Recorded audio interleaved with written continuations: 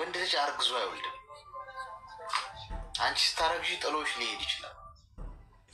ተወጪ ብሎ ሊሄድ ይችላል። ገብቶሻል?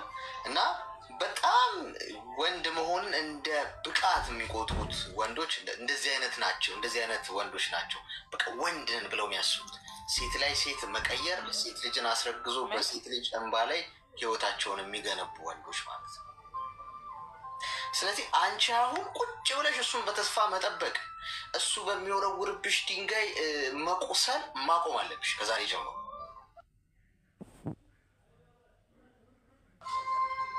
ያንን መንገድ መቁረጥ አለብሽ።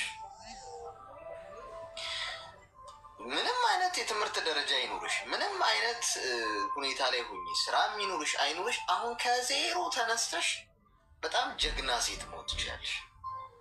ለልጅሽ አርአያ መሆን የምትችል እናት።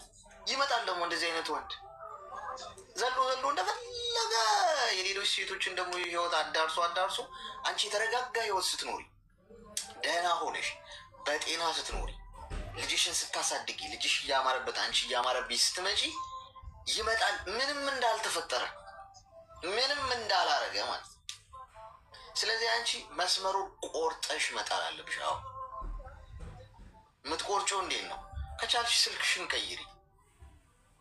እየደወለ ቪዲዮ ኮል እየደወለ ከሴቶች ጋር ምናምን አረግሽው? ምን እንኳ አላረግሽው። ብታረጊው ራሱ እንደዚህ አይደረግም። ካልፈለገ እኮ ሰው አይገድድም እኮ። ወንድ ልጅ ካልፈለግ አልፈልግም የማለት መብት አለ፣ ግዴታ አይደለም።